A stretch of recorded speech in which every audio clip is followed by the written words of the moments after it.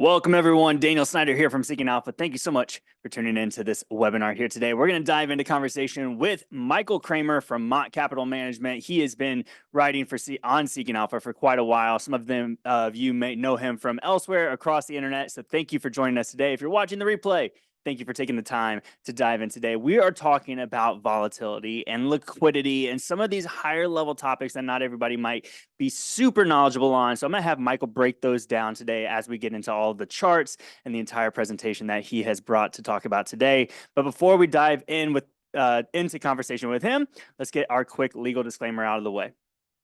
Past performance is no guarantee of future results. Any views or opinions expressed in the webinar do not reflect those of Seeking Alpha as a whole. Seeking Alpha does not take account of your objectives or your financial situation and does not offer any personalized investment advice. Seeking Alpha is not a licensed securities dealer, broker, U.S. investment advisor, or investment bank. Information provided by the investing group does not constitute investing advice. Investing group leaders are third-party authors that include both professional investors and individual investors who may not be licensed or certified by any institute or regulatory body. Any content and tools on the platform are offered for information purposes only. Now, with that out of the way, I'm going to go ahead and ask Michael to come and join me here. But just remind everybody, this is a live webinar. So go ahead and as Michael is going through liquidity and realized vol and everything else, drop your questions in the chat. I've got it pulled up over here. I don't want anything to go past you. Dive in. Let's get the questions answered right here today. And with that being said, Michael, thank you for joining us. Thanks for taking the time today. It's great to be back. It feels like just yesterday we did one of these. Yeah, just a few months ago, we just talked about all of this. Well, not specifically realized vol and what's coming potentially, Sure. but the conversation that after you reached out is talking about, let's talk about trade war 1.0 versus trade war 2.0. Are we going to see a similar vol kind of market period mimicking that trade 1.0? And you got a lot of correlation and things you want to mention across the board here with that. So I would love if you could go ahead and share that presentation you put together, and let's dive on into Trump 1.0 versus Trump 2.0 and all the uncertainty in the market out there. Sure. So I have a little disclaimer too. I'm not gonna read it to you, but if everyone just take 10 seconds to go over it, basically, it just ends up that this is not financial advice, and you should always consult with someone. Essentially, again, just kind of going back to where we were the last time, trade war 1.0 versus trade point 2.0. And I think the key takeaway that we should really always remember is that trade war 1.0 created a lot of volatility, and it created not only a lot of volatility, but it created basically no return. We saw a market peak in January of 2018 and not go anywhere until October of 2000 and I think I said January of 2018 and not go anywhere until October of 2019. So there was almost, a really long period of time there, almost 2 full years of stagnation, but just lots of volatility in the market. And so far, it's starting to look like maybe that's shaping up in a similar way. And things that really stood out to me are the volatility and the causes and the effects, both very similar. And I think this is an important concept that we're just going to want to take a moment to review. So right now, what we've seen is a big sharp sell-off in the equity market in 2025, and we saw a really big spike in both realized and implied volatility. And it's really important to remember, I write a lot of articles, and sometimes I'm talking about volatility, and sometimes what I'm referring to is not necessarily, people tend to associate volatility with the market going down. And unfortunately, that's not really the right way to think about volatility. When we talk about volatility and volatility returning, it means the market can go up or down. It's just the rate of change that's associated with that volatility. And so basically, we went through a period of time following the announcement of the tariffs and really leading up into the tariffs, where realized volatility expanded quite dramatically. And that was because we were getting these 1%, 2%, 3% type moves in the market on a daily basis. And that also helped to boost implied volatility. Then Trump comes out with his trade war liberation day, market tanks, implied volatility, realized volatility, rip higher. We get that big, snapback rally that kind of paused right in the middle of May and June. I think when we were doing our last presentation, I know my bias was bearish on the market. My bias has been bearish on the market for about a year and a half, 2 years now. Really going back almost, I guess 2 years, 2023. is because the market's valuations today are just really stretched, and that really sort of forms the bias. And then really everything around it kind of gets, the market generally, in terms of what I'm seeing, gets built around that bias. And it was certainly right to have that bearish bias in this period of time at the end of last year, but it hasn't really worked at this point for me since May. But generally speaking, what we're looking at here is this giant rise in implied volatility and then the reset in volatility coming back down. And when the market starts going up like this and the moves start getting smaller, that pushes 10 and 21-day realized volatility lower. I use 21-day realized volatility because it basically is a measure of 1 month volatility. And I use 10-day volatility because it gives me a little bit of a snapshot of where 21-day month volatility is likely to go.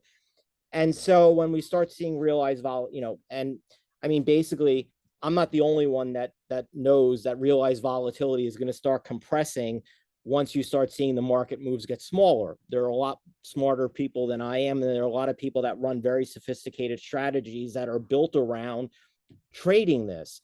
And so what they do is they go out and short implied volatility in anticipation of realized volatility coming down.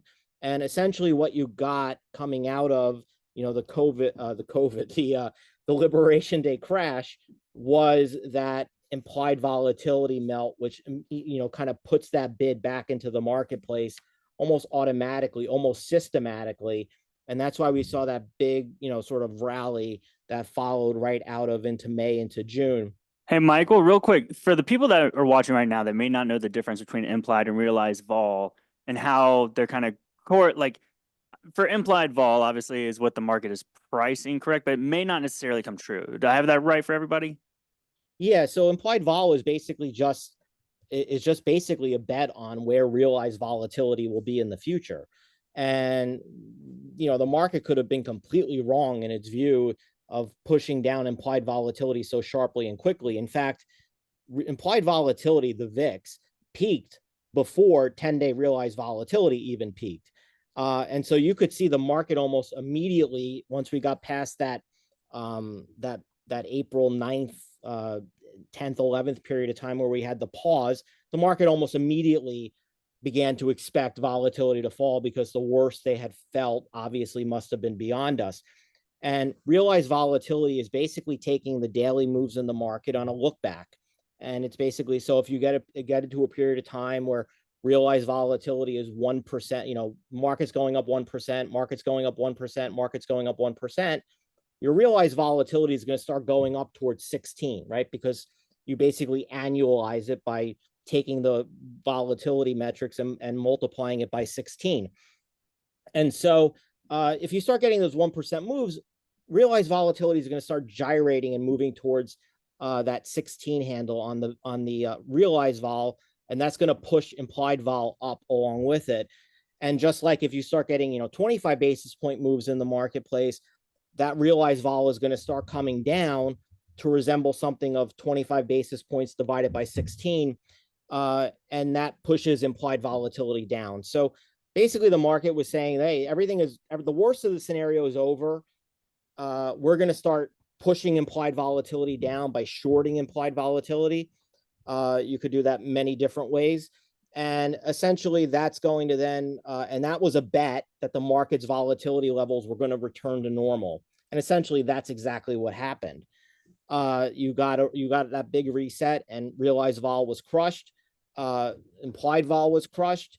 And then you saw the market just continue to move higher. And that reset in volatility has basically now played out. The question is whether or not we're going to get a second wave of volatility going into the second half of the year. And this is where the similarities to 2018 start to come in. I hope that I explained that clearly enough. Yeah, I think that a couple of things that we might want to touch on real fast, just to bring anybody that may not know about the vol space up to speed, is the VIX is trying to measure where the S&P 500 index will be 30 days in the future, right? So that's where the kind of implied vol kind of shows you, well, the expansion or contraction. And as VIX comes down, right, never short a dull market or low VIX and not expect spikes.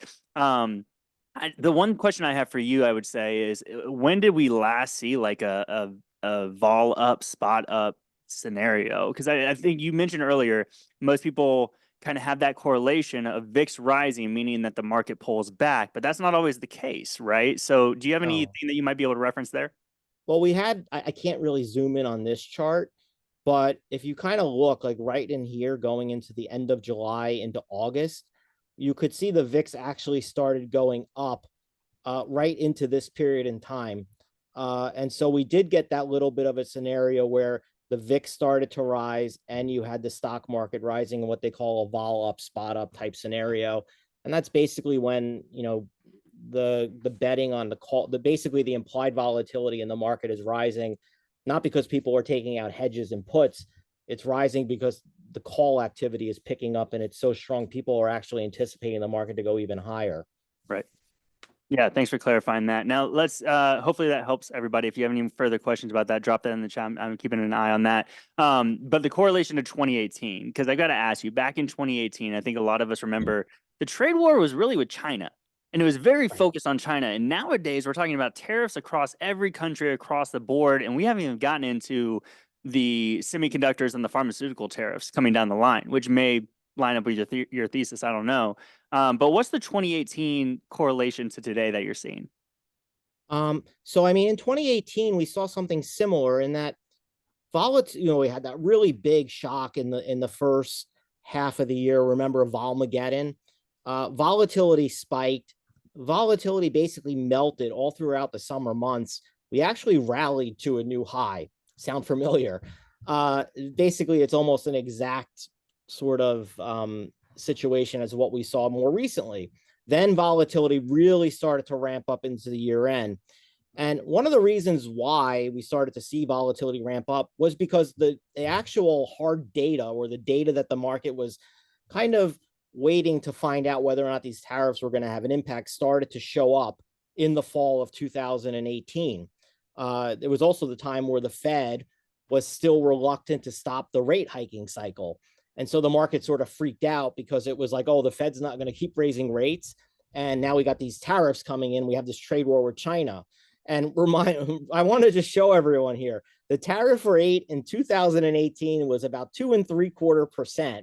And the market was freaking out that the trade war in China was going to upset the apple cart. Now, if we fast forward to where we are today, 2018 is all the way down here. And this is where the tariff rate is. I don't know. This is the number pre-August 7th. After August 7th, I think the number is going to be more like 17.5%, which is what I've read. But the market was freaking out because the ISM data, services and manufacturing data points, were deteriorating. And we had these high tariff rates. And that led to that big sell-off that we had in the fourth quarter of 2000. I'm getting myself confused. In the fourth quarter of 2018. And currently, we haven't really seen yet the data at least deteriorate in a way where the market's getting a sense that we're really seeing a major impact from tariffs. But if you read today's S&P Global PMI, which came out, it seems like the immediate effect is inflation. You are reading about, output prices going up, input prices going up. We've been seeing it in all the survey data. The one place that really hasn't shown up yet is in the actual CPI report. And unfortunately, we're not going to be talking a lot about CPI swaps today, which I know is one of everyone's favorite topics. But they are anticipating that inflation does rise to about 3.25 to 3.5% between now and May of 2026. So the soft data is kind of already telling us that there is some impact, but it's not showing up in things like the ISM services and ISM manufacturing in a way that the market is getting overly concerned about. And at least in the unemployment rate, we haven't really seen that yet. Not to mention the Fed minutes that just came out yesterday. I remember before the Fed minutes came out, everybody was saying, "Oh, the Fed's going to focus on employment, and then those minutes came out, and it says they're actually watching inflation over the employment numbers, which is pretty interesting to see what happens. Yeah, I mean, Powell has consistently said for some time that it depends on where they are and which of their mandates is more out of sync.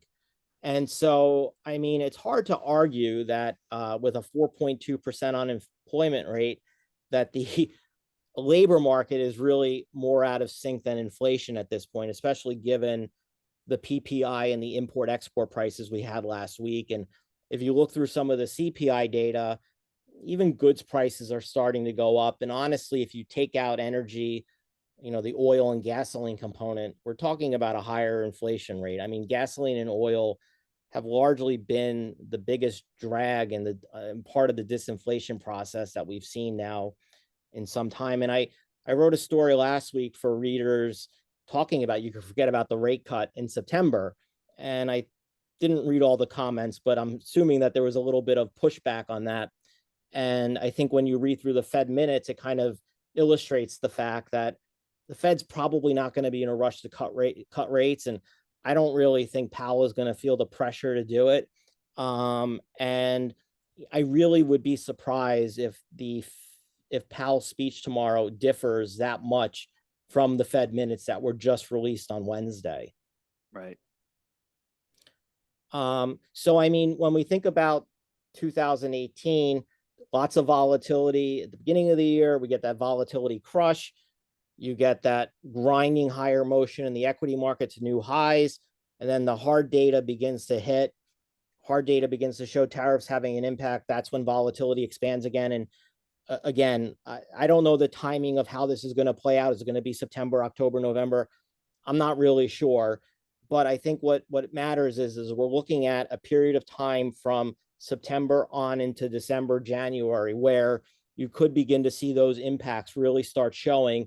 And I think the impacts are going to really start showing mostly in inflation data. And that I'm really thinking that you could start to see in August or September. But there's other comparisons today versus 2018, not just from a tariff and sort of a volatility standpoint, but really the liquidity standpoint. And really the liquidity standpoint is what the lifeblood of the market is. You give the market lots of liquidity, the market's going to go up. You take away that liquidity, the market's going to go down. And so what this is basically showing you is just a chart in black. We're looking at the reserve balances held at the Fed, and blue, we're looking at the S&P 500. And I think the key takeaway that I want to give everyone is that reserve balances, when they're falling, it doesn't necessarily mean that the market is going to go down. But what I think it means is you get a market that stalls, and I think that you get a market that basically becomes more volatile. And you can see in 2015 and 16 reserves were clearly declining. That led to basically a market from the end of 2014, which was in here, to basically the Trump election, which was the end of 2016, that did practically nothing. That reminds us of what happened in 2018 when reserve balances were declining rather rapidly because we had the first time of quantitative easing going on, and you had a market that basically again was doing nothing for a really long period of time. And it almost was like the market went up as volatility was coming down in 2018, but the market was sort of like sitting out there on a ledge. In other words, the liquidity wasn't really supportive of the market. The market was just going up on its own. And eventually that liquidity drain caught up to it. And that resulted in that big decline. And then that period of lots of volatility in between. If you notice, it wasn't until the fall of 2019 that we started to see the equity market rise again as the Fed began to do QE, not QE. Remember that program they called this is QE, but it's not QE. That was when they started to expand the balance sheet again. If we kind of keep going forward, you can see in 2021, 22, we saw balance sheet really decline sharply. S&P 500 came down. Balance sheet begins to expand again in 2023 and 2024 as a reverse repo facility drain, adding lots of liquidity into the market. S&P 500 rallies. Now going into 2024, 2025, we're sort of in a similar situation where the balance sheet is shrinking.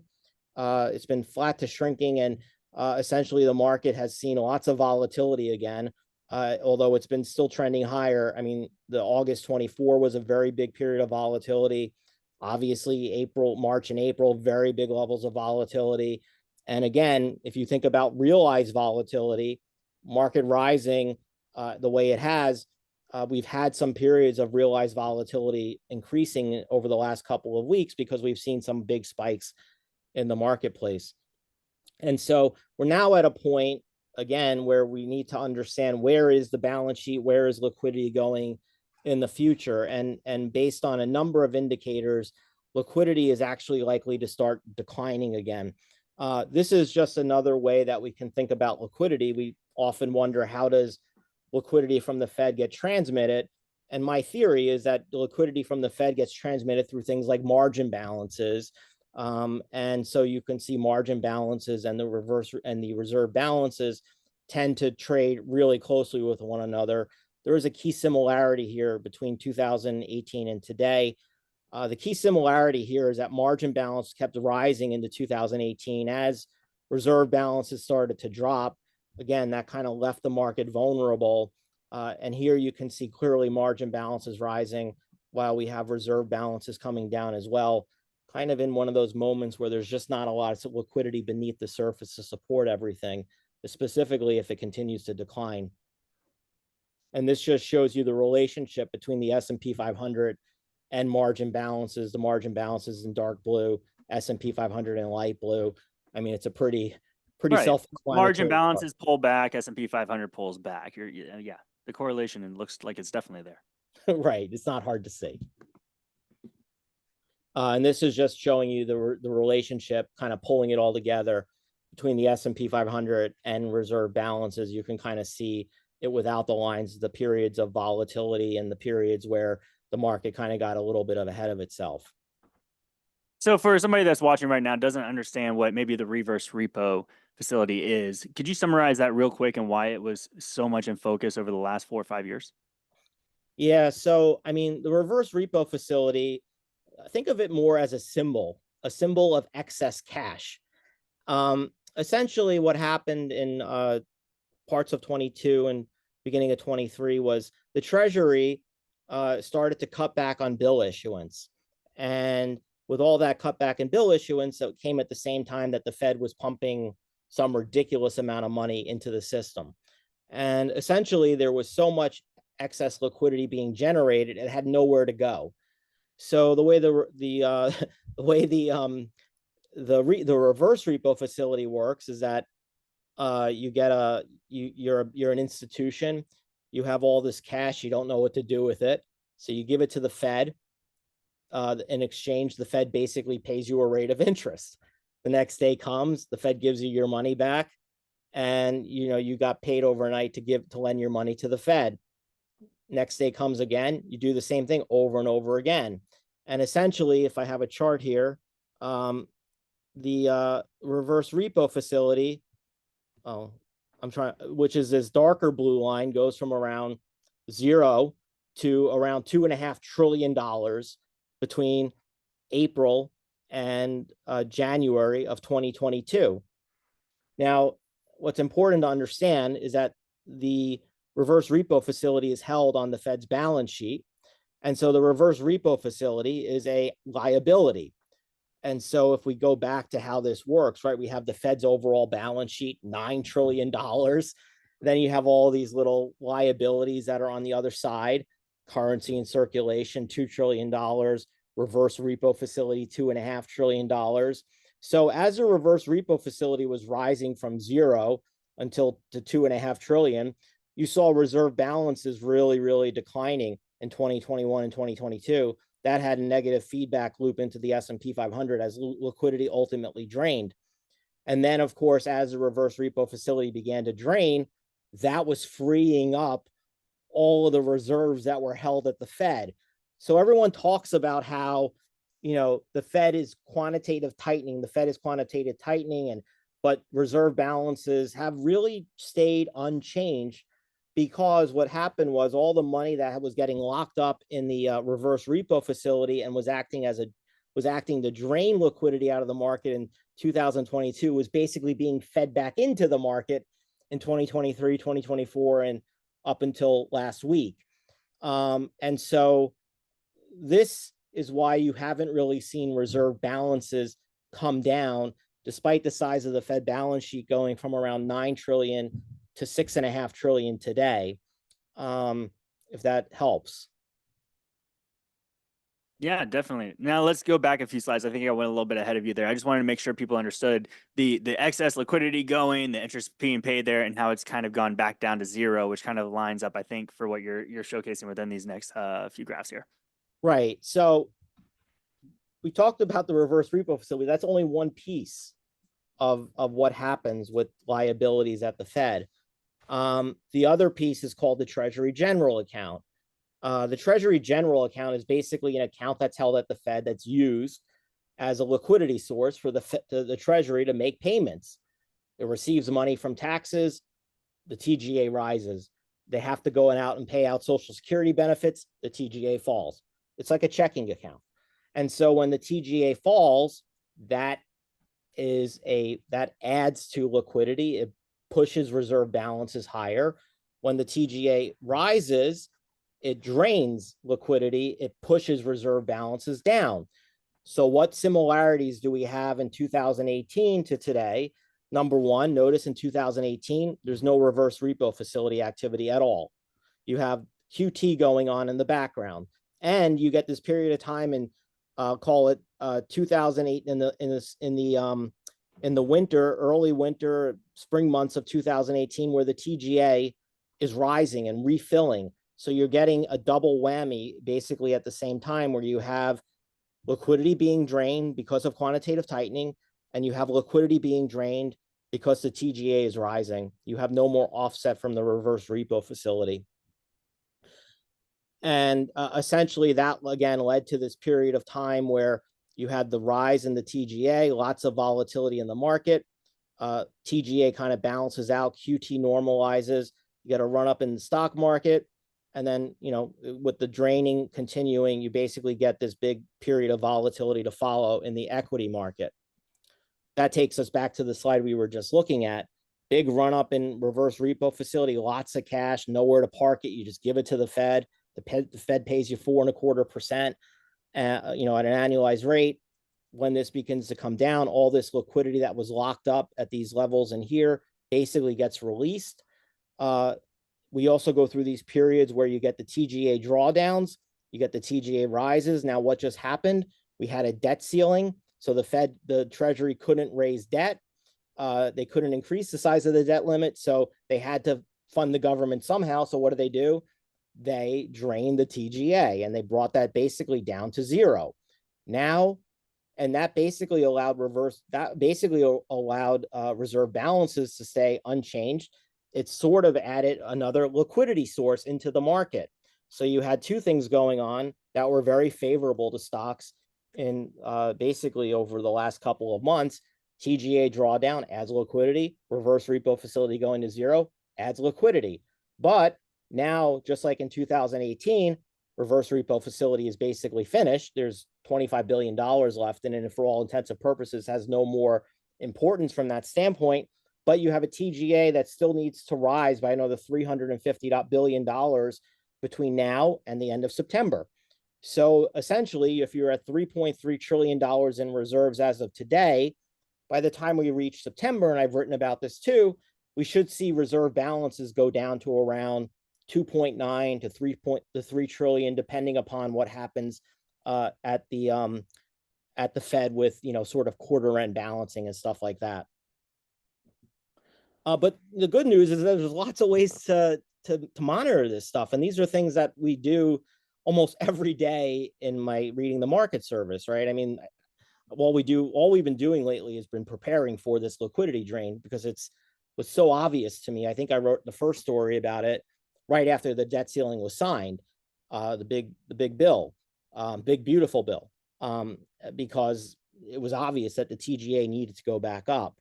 One way we can monitor this is by watching the standing repo facility. This is the exact opposite of the repo facility.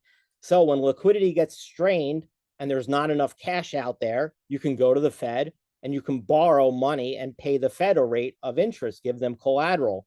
If this number starts going up, this is an indication that liquidity is getting more scarce and the Fed needs to be there to backstop it. We already had one instance in the end of June where it spiked to about $11 billion. I mean, $11 billion in the grand scheme of things is really like nothing. but it was the biggest spike we had seen in years. And so what that was basically sort of a test shot or a warning shot for me to pay attention more to this number. Because if this number starts becoming more active on a daily basis, it's telling you that there's just not enough liquidity in the system to meet all the demands that are out there on an overnight funding basis. Another thing we can watch is SOFR. SOFR is published every day at 8 a.m. SOFR has been fairly stable at around 4.3%. SOFR stands for the Secured Overnight Funding Rate. And effectively, once this number starts to rise, that's an indication of liquidity being strained too, because as the number rises, it means people have to pay more to get cash. And because the standing repo facility has really begins to pay out at 4.5%, no one's going to access the standing repo facility until SOFR starts approaching the 4.5% number. So if for some reason you start seeing SOFR inching up towards 4.5%, that's telling us that liquidity is getting really scarce and the market is having a tough time finding the liquidity it needs to fund itself. Again, we're still at 4.3%. This number tends to rise going in the month or quarter end. But again, what we're kind of looking at here is that the trend has been a little bit higher. And it is kind of, and so what we're watching right now as we go into month end in August is if this number starts trending up to 440, 445, and how high it really gets. Again, the higher it gets, the more risk there is for liquidity in the system. And then finally, the one other thing that we're watching very closely, because once the TGA is filled and reaches 850 billion and reserve balances come down to that 3 trillion number, there's still a lot of debt the Treasury is going to be issuing. And that means that debt needs to be paid for. And that means that this money is going to have to come from private markets. So I think like today is a Treasury settlement date. I think there's a $44 billion settling today. Next week, we have more settlement dates, usually Tuesdays and Thursdays. The big settlement date comes from what I saw on the calendar today was that on September 2nd, you get a $90 billion settlement. So what that means is that that's a net number. So what that means is that that's $90 billion that has to come from somewhere to settle that Treasury issuance. And if it's not going to come from the reverse repo facility anymore, and if it's not going to come from the reserves at the Fed because the TGA is basically filled, it's going to have to come from places like primary dealer balance sheets. And that's when you that's also another time when we might start seeing more signs of liquidity strains. And this number is published by the New York Fed once a week at 4:15 on a Thursday afternoon. So that will be published actually today. And if this number continues to rise, that's just more of an indication that we're entering a period where primary dealers are now getting stuffed with Treasury issuance, and it's just one less source of liquidity going forward. Michael, can we break this down on like super simple terms? So is the takeaway here that, funny you just went to the slide for takeaways, is if liquidity is drained and there's stress in the system to find that liquidity to handle the treasuries that are being issued, right? Does that mean the market pulls back because then they have to sell out of common stocks to grab that capital to fund elsewhere? Is that what you're saying? Well, I mean, you're saying it, right? But yeah, I mean, that's how I would think about it. It needs to come from somewhere, right?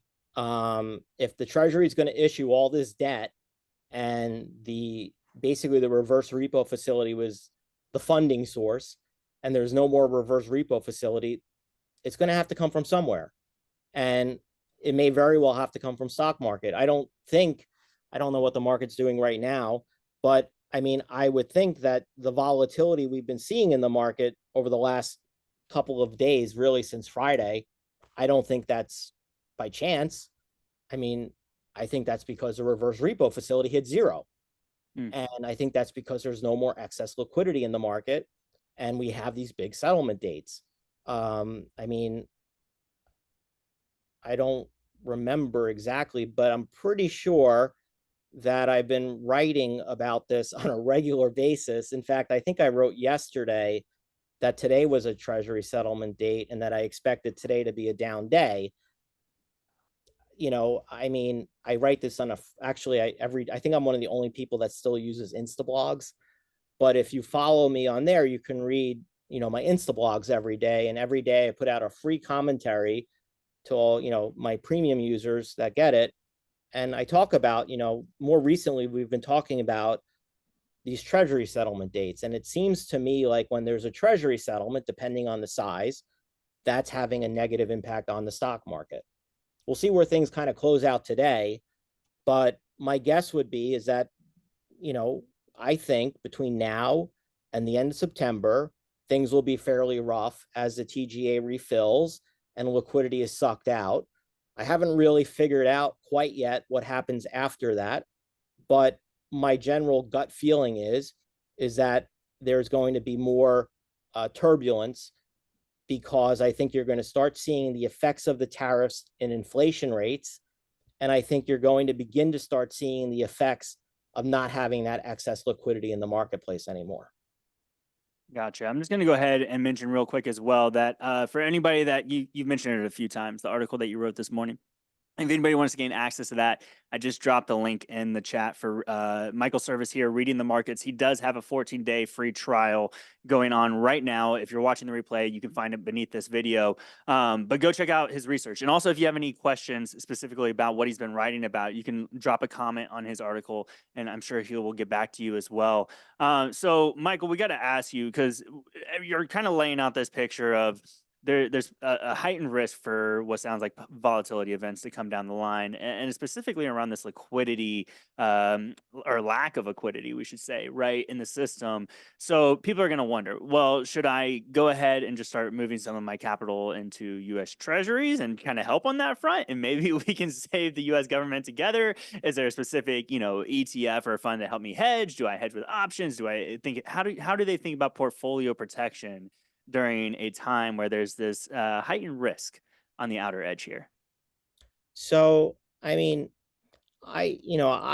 my job, I feel like, and whether this is the correct way it's perceived or not, is to kind of be like a risk manager in a way that I'm looking out across the landscape and trying to figure out what's coming down the road. What are the things that nobody is talking about? What are the things that are really important that nobody is talking about, or that's being overlooked because everything is, rose-colored glasses and rainbows and unicorns?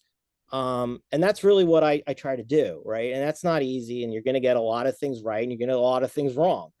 And I think in this case, if this is right, then you probably don't want to be owning or dabbling or buying the dip in these high flying stocks like Palantir, for example. I mean, it's these overcrowded stocks, these meme stocks, these high beta stocks are probably not stocks you want to get caught in or be buying, because I would tend to think that if there is a deleveraging process that goes on, that those are the stocks that get sold not only first, but they'll get sold the hardest, because those are the names everyone has to liquidate the quickest. And so, like, I know there's a mentality in the market, oh, you buy the dip because the market always goes up. And, the market does always go up over a long term. I mean, if you look at a chart from 1900, I mean, there have been some bumps along the road, but the market today is a lot higher than where it was, 125 years ago. So, I mean, the long-term bias, it's always about staying power. How long can you stay in a name? How much pain can you take on the way down? How much can you really afford to lose? And so my general thought process is you have to position yourself in a way that you don't have to worry about this stuff. And my general thought process has been, well, I don't want to chase NVIDIA. I don't want to own this space because I think there's a lot of froth in it. I think that the valuations are stretched. I use, all of these different chat bots. I use Grok. I use, ChatGTP. I use Perplexity. I use Gemini. They all make lots of mistakes. They all can confuse you. And at the end of the day, they all seem to do the same thing. And I can't really figure out what makes one worth more than the other. And so I really fear that these AI names are going to be commoditized. And essentially you get a race towards a lower pricing environment, means lower margins. And so I worry about stuff like that. So I'm certainly would not be looking to add any of those type of names to my portfolio at this point. And perhaps positioning yourself more defensively is more ideal, right? Not taking those unnecessary risks in the market right now. Maybe it's about preserving cash. Maybe if you want to allocate money into a mutual fund because your kid, like my kid, has some money. I don't know what to do with it. I'm waiting. I'm not in a rush because honestly, if I miss 5 or 10% of the upside, I don't care because she has another 10 years before she goes to college. I'll make it up at some point down the road. If I'm right though, and the market goes down 20 or 30%, well, I mean, I don't really, I can wait. I can afford to find out whether or not that's going to work or, how that's going to play out. I'm not playing against the benchmark. And so I would generally try to say that if you can afford and you're sophisticated enough, implied volatility is really cheap right now. It's probably a good time to have hedges in place. Probably a good time to maybe have some puts. Maybe it's a good time to have some straddles. Maybe it's, it depends on your level of sophistication. If you're a less sophisticated investor, then there's no harm in just taking some profits and watching what happens or not putting capital to work. That's generally the way I think about it. I don't think it needs to be complicated because it doesn't always work that way. That's really good, interesting thoughts. I think back to that old age saying of hedge when you want to, not when you need to. Right. And it kind of goes along with what you're saying there. So I wanted to ask you though, I mean, you could go to cash. What are your thoughts though on, gold has had a gangbuster year and Bitcoin, people are looking at that as like the new digital gold. What do you think about those as potential hedges Well, for a market volatility event? yeah. So first of all, I just want to emphasize, right? I'm not suggesting that anyone be 100% cash, right? What I'm suggesting is that maybe you want to have a reduced weighting in your portfolio, right? And again, none of this is investment advice, but like for me personally, the way I do it right now is that I have, I own a lot of the Mag 7 names, right? I don't own all of them, but I own the majority of them, and I bought them over the years, right? And so what that means to me is I've trimmed some of those positions back because they seem kind of overvalued in some ways, but I don't want to sell them all. And so, and if there's and essentially what I'm trying to do is just build up a cash buffer.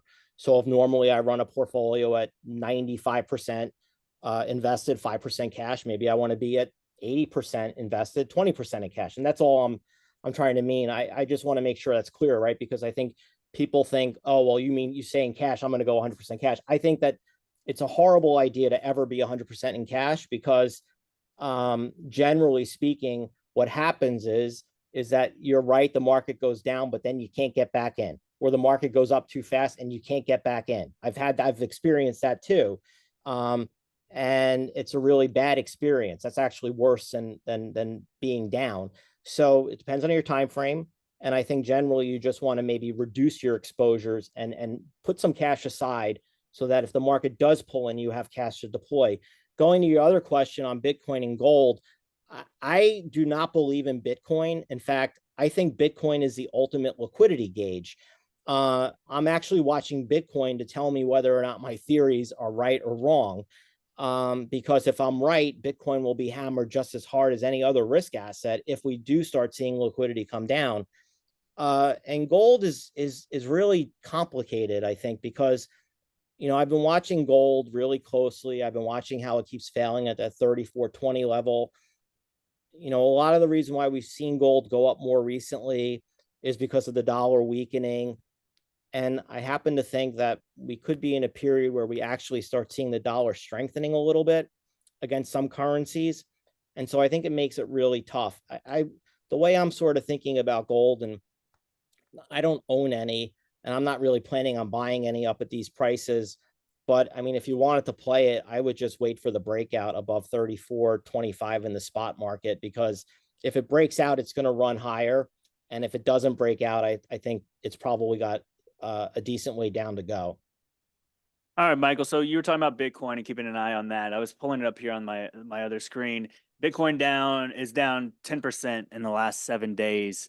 I mean, is that obviously correction territory, right? Does that kind of give you a warning sign? Is that an early leading indicator in this? Yeah, I think so. 10% in 7 days. That's That's pretty. I don't know what it's down today, but yeah. I would expect About that it would go down. 112.5 right now. We'll keep an eye on that for sure. Yeah, I mean, I would Looking at- expect that it probably gets worse before it gets better. It all doesn't right. mean that it's going to go straight down. I'm not saying that because obviously liquidity, just like the market, goes up and down. It changes, but you have to have a general sense and understanding of where liquidity is going. And like I misread liquidity in 2023 and 2024. I underestimated the pace that which the TGA, the reverse repo facility, would drain, and that really screwed me up. So it's tough. Yeah. Yeah. It's definitely been in a few interesting years. Let me ask you about one last chess piece in this whole puzzle. And actually, a few people have brought it up in questions here in the chat. And then we're going to transition over into a little bit of Q&A here as we wrap up at the top of the hour. Liquidity drain. Everybody's looking at FOMC. Everybody's looking at Jackson Hole this week specifically. Everybody's looking at September rate cuts. We're getting Fed speakers come out, whether, obviously the administration is still pressuring in multiple different ways. You had a Fed speaker come out this morning after the macroeconomic data saying, don't see a need for a cut, right? Everybody's looking, is that the source of QE? Do you think QE is coming from the Fed here in the next few months? What is your take on how that last major chess piece really plays into this whole puzzle? So this is something that I've kind of hinted at with members of the service, but I really haven't publicly talked about very much because I still think it's a good 9 months Now's a better away. time than any, right? Let's hear Yeah, it. sure. We'll spill the beans. So essentially, what I think is going to happen is that the Fed is going to be forced into having to stop quantitative tightening, uh, probably by year end, because I think reserve balances are going to really start getting too low. Because remember, the TGA is going to refill and it's going to leave the Fed around $3 trillion. And that's sort of getting towards the bottom buffer zone. And then, of course, they're going to continue to do QT, which is another 45 billion a month. So it's 75. You got 90, 100, and another 200 billion coming off of reserves potentially between now and year end just from QT. And so you could be talking about reserve balances somewhere around 2.8 trillion by year end, and that's really getting close. And so I think the Fed will probably have to finish the program at that point before year end, maybe the November meeting. But I think more importantly is that the Fed is going to then have to switch at some point beginning of next year to where they're no longer running off the balance sheet, but what they have to do basically, from what I understand, is they want to drain MBS securities. They want MBS to be zero on their books. So that means that they have to offset that. And so to offset that, it means they have to start buying treasury bills. And so it will give the appearance that liquidity is net neutral, but that will take by them starting to buy treasury bills, it will take a significant strain off of risk assets. And if my theory is right, then what I would expect to happen is that you probably want to, when we get this next volatility shock, if it should come, as I'm expecting, that's probably when you want to start, as the market's kind of coming in and going down. That's kind of when you want to start putting cash back to work, because when the Fed starts to buy bills, like I said, that's going to take a tremendous strain off of dealer balance sheets. And that will probably allow for the liquidity flows to start moving again. And that's probably when you get a nice rally in the market again. All right. Well, so we had Mary ask this question. As we've been talking about TGA and the reverse repo, she's wondering, is all of this also going to affect the money markets overall, where we know that there's a large portion of cash parked? Well, I mean, the money markets are one of the biggest, well, they were one of the biggest participants in the reverse repo facility. And so money markets are going to be one of the biggest sources of buyers of treasury bills. And so, they're going to be involved in this, for sure. I mean, money market accounts are the ones buying a lot of the treasury bills. So I I don't know I don't know that there'll be impacts. I don't know that money market accounts are going to break the buck or anything like that. I don't see that as a risk. I just think that they're obviously from that standpoint, they're going to be one of the ones that are absorbing some of this treasury issuance. All If right. So I don't know if that's exactly what the question was geared towards.